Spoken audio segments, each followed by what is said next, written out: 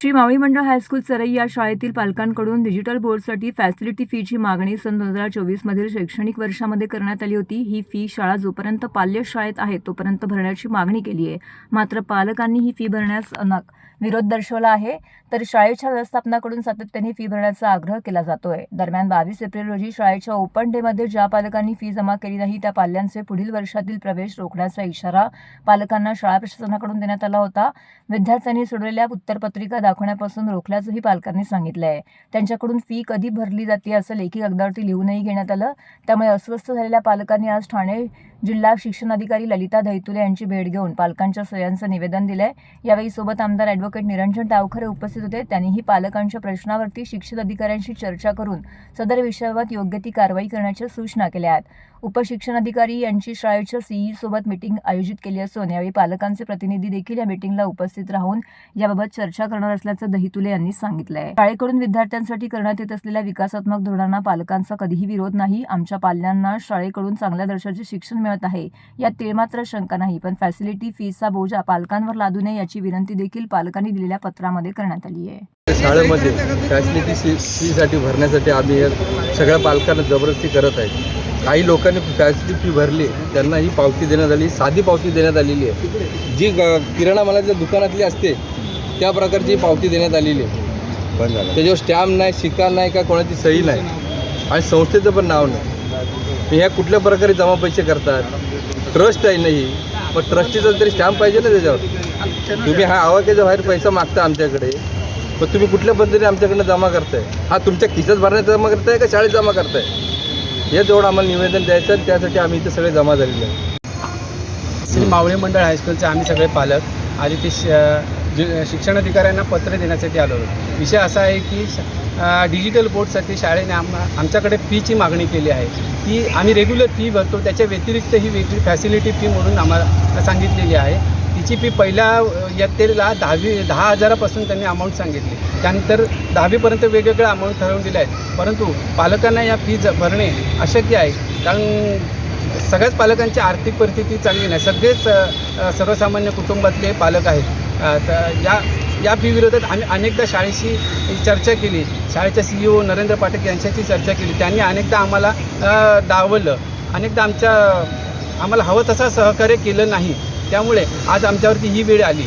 आम्ही आज शिक्षणाधिकाऱ्यांना हे पत्र देणार आहोत की आम्हाला जमेल तेवढीच ज्या पालकांना ज्या अपेक्षित आहे त्याप्रमाणे शाळेने फी ठरवावी, त्यानुसारच आम्ही तेवढीच फी जमा करू।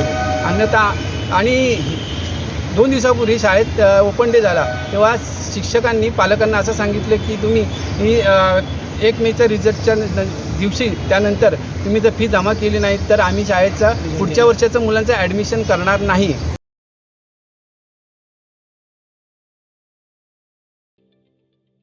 ठाणे महानगरपालिकेचे मालमत्ता कर म्हणजेच प्रॉपर्टी टॅक्स भरण्याचे आवाहन। सन 2022-23 या आर्थिक वर्षाचे मालमत्ता कराचे म्हणजेच प्रॉपर्टी टॅक्सचे बिल ठाणेकर करदात्यांना महापालिकेमार्फत आर्थिक वर्षाच्या सुरुवातीस म्हणजेच माहे एप्रिल 2022 मध्ये देण्यात आलेले आहे। तथापि अद्यापही काही करदात्यांनी मालमत्ता कर महापालिकेकडे जमा केलेला नाही। सध्या आर्थिक वर्षाचा अंतिम टप्पा सुरू झाला आहे। मालमत्ता कर वसुलीसाठी महापालिकेतर्फे कडक कारवाई हाती घेण्यात आली आहे। या अंतर्गत जंगम मालमत्ता, टीव्ही, फ्रीज, वाहन व इतर जप्त करणे तसेच स्थावर मालमत्ता वॉरंट बजावून जप्त करण्यात येत असून मालमत्तेचा जाहीर विक्रीद्वारे लिलाव करून कराची रक्कम वसूल करण्यात येत आहे। मालमत्तेस पाणी पुरवठा करण्यात येणारे नळ संयोजन खंडित करण्यात येत आहेत। त्याचप्रमाणे थकीत मालमत्ता करावर 2% व्याज आकारले जात असल्याने भरावयाची रक्कम वाढत आहे। आपला मालमत्ता कर propertytax.thanecity.gov.in या लिंकद्वारे तसंच गुगल पे, फोन पे, पेटीएम याद्वारे ऑनलाईन पद्धतीने करण्याची सुविधा उपलब्ध करून दिली आहे। शनिवार, रविवार व सार्वजनिक सुट्टीच्या दिवशी नागरिकांना मालमत्ता कर भरणे सोयीचे व्हावे याकरता महापालिकेचे मालमत्ता कर संलग्न कार्यालय या दिवशी कार्यान्वित ठेवण्यात आलेले आहे। तरी मालमत्ता कर वसुलीची अप्रिय कारवाई टाळण्याच्या दृष्टिकोनातून मालमत्ता कर भरून महापालिकेस सहकार्य करावे। धन्यवाद।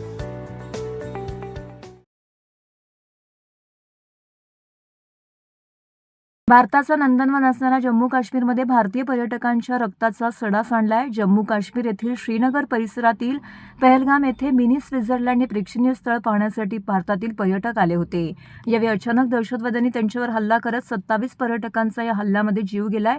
या हल्ल्याचा निषेध करण्यासाठी देशभरातून तीव्र प्रतिक्रिया उमटत असताना ठाण्यात विविध राजकीय पक्षांच्या वतीने तसेच सामाजिक संस्थांच्या माध्यमातून या घटनेचा निषेध व्यक्त होत आहे.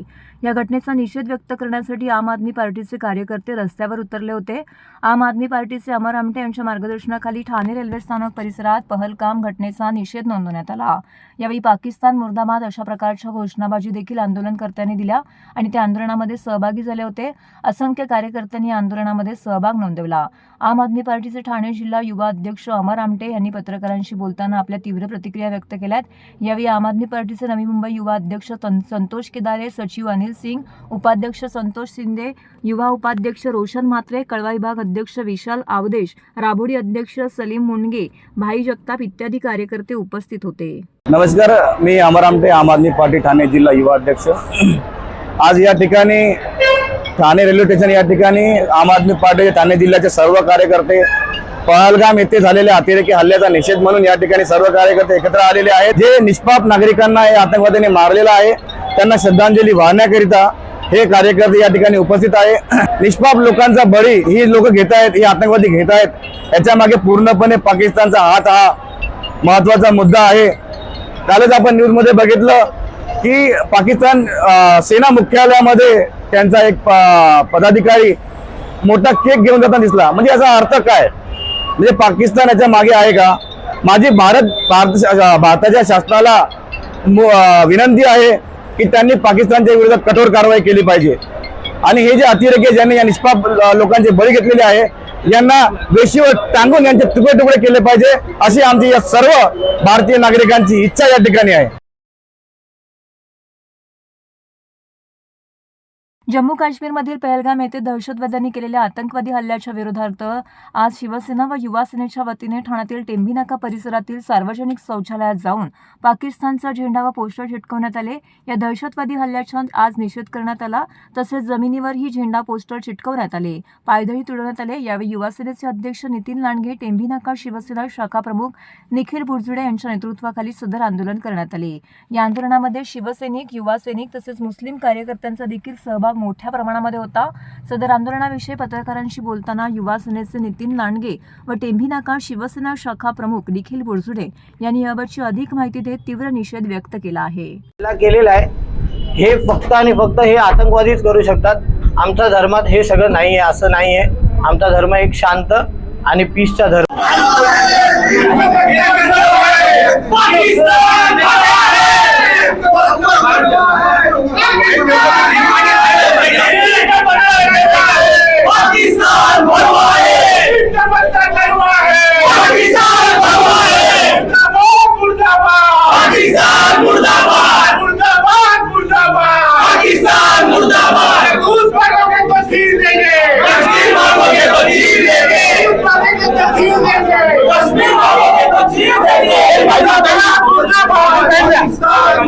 प्रथमतः तर मी शिवसेनेतर्फे आणि युवा सेनेतर्फे त्या बेलगाममध्ये नागरिकांवर जो भ्याड हल्ला झाला त्यामध्ये मृत्युमुखी पावलेल्या नागरिकांना आमच्यातर्फे आम्ही भावपूर्ण श्रद्धांजली अर्पण करतो.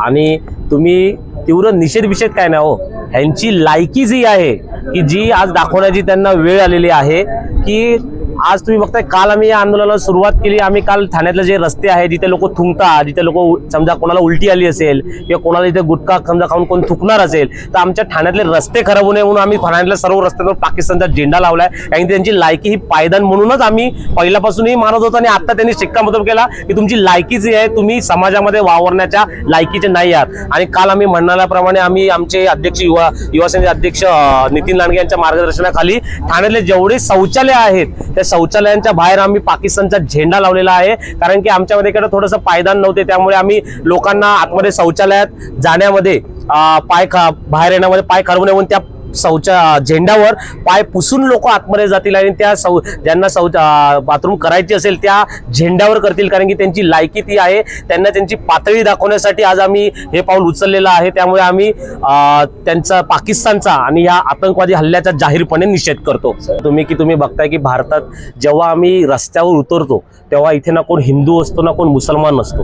आम्ही सर्व एक भारतीय म्हणून आज रस्त्यावर उतरलेलो आहोत. आज तुम्ही बघता की आमचे सर्व मुस्लिम बांधवही ही या आंदोलनामध्ये जे आमच्याबरोबर सामील झाले होते त्यांनीही त्या पाकिस्तानच्या झेंड्याचा तेवढाच धिक्कार केला, तेवढाच अपमान केला की जेवढा आम्ही सर्वांनी मिळून केला. मी सर्वप्रथम शिवसेना युवा सेनातर्फे जे भारतीय नागरिक शहीद झालेले आहेत त्यांना भावपूर्ण श्रद्धांजली व्यक्त करतो.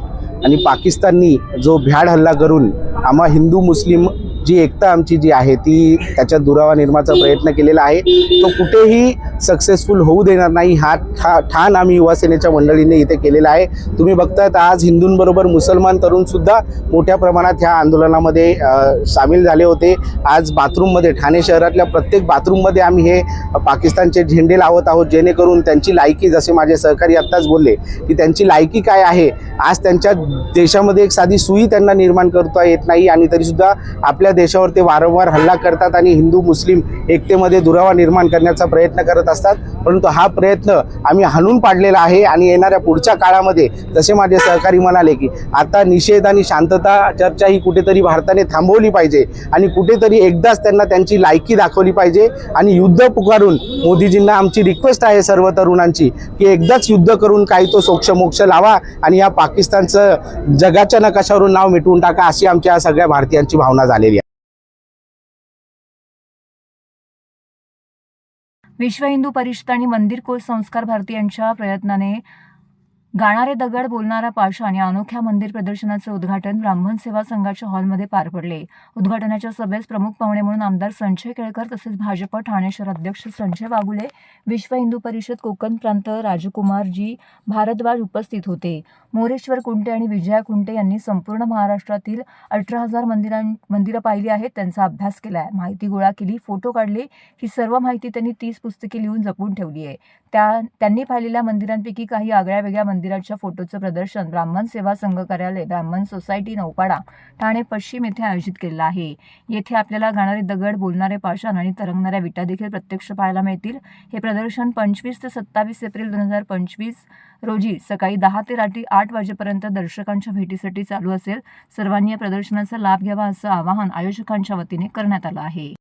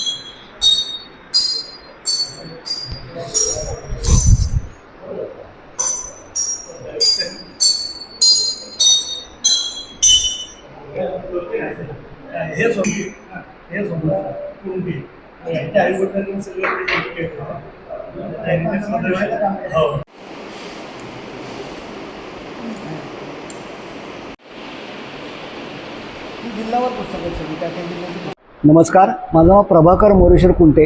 माझे आई वडील मोरेश्वर केशव कुंटे व विजया मोरेश्वर कुंटे या दोघांनी त्यांची वानप्रस्थाची तीर्थयात्रा हा उद्देश धरून संपूर्ण महाराष्ट्रातली 18,000 मंदिरं बघितली. त्या मंदिरांना त्यांनी भेटी दिल्या, त्यांना जे वेगळेपण आढळलं त्याचे फोटो काढले, त्यांनी मंदिराची माहिती घेतली. त्या आगळ्या वेगळ्या मंदिराच्या फोटोंचं प्रदर्शन आपण इथे ठाण्यामध्ये ब्राह्मण सेवा संघामध्ये भरवलं आहे. याचा आज उद्घाटन संजयजी केळकर आमदार त्यांच्या हस्ते झालं. संजय केळकरांबरोबर संजय वाघोले जे आहेत BJPचे ते पण उपस्थित होते आणि राजकुमारजी अग्रवाल जे आहेत विश्व हिंदू परिषदेचे ते पण उपस्थित होते आणि आपण हा कार्यक्रम विश्व हिंदू परिषदेमार्फतच घेतला. इथे या प्रदर्शनात आपण ज्या मंदिरांमध्ये सायन्सचा वापर केला गेला आहे अशा मंदिरांची माहिती लावली आहे.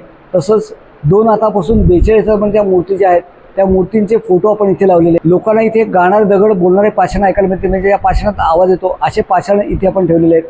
आणि या पाषाणाचा उपयोग मंदिरांमध्ये कसा केला काय त्या मंदिरांची माहिती इथे आहे.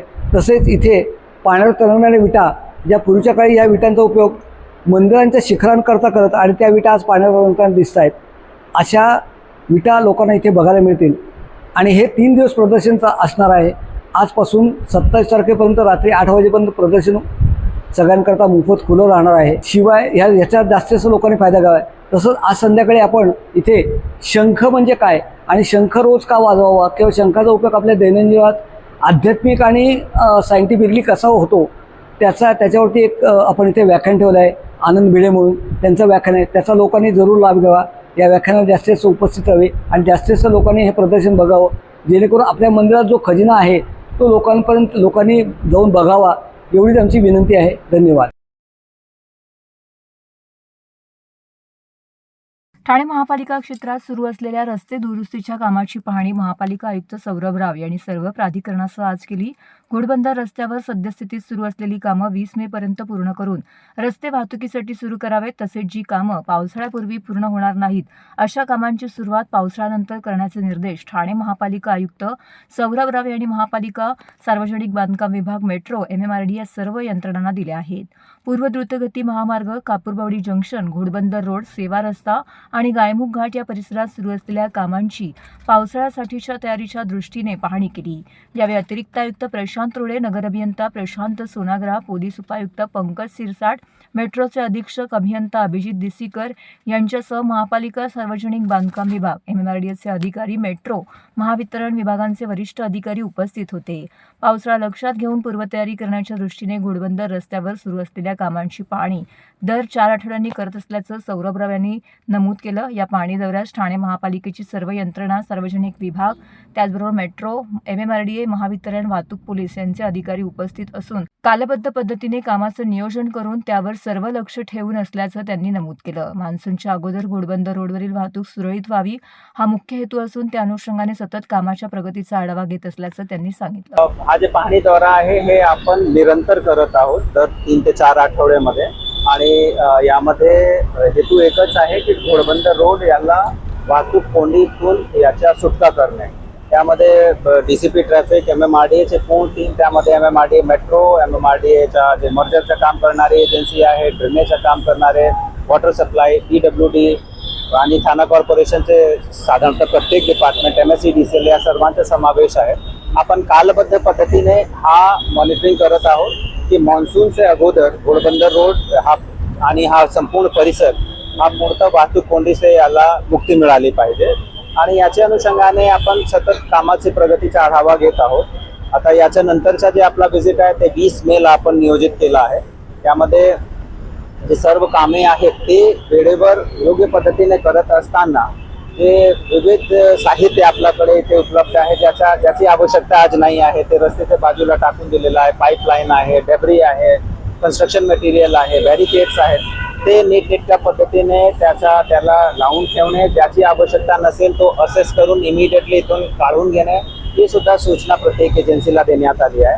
विशेषतः पावसाळ्याच्या दरम्यान वॉटर लॉगिंगची समस्या होणार नाही याच्या अनुषंगाने कल्वर्टची डीप क्लिनिंगचं काम आपण हाती घेत आहोत.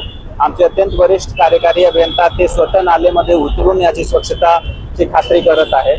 आता या दरम्यान मर्जरचं काम सुरू होत असताना नॅचरली इथे जे अस्तित्वात असलेला ड्रेनेज आहे त्याचे शिफ्टिंगचं काम सुद्धा होत आहे.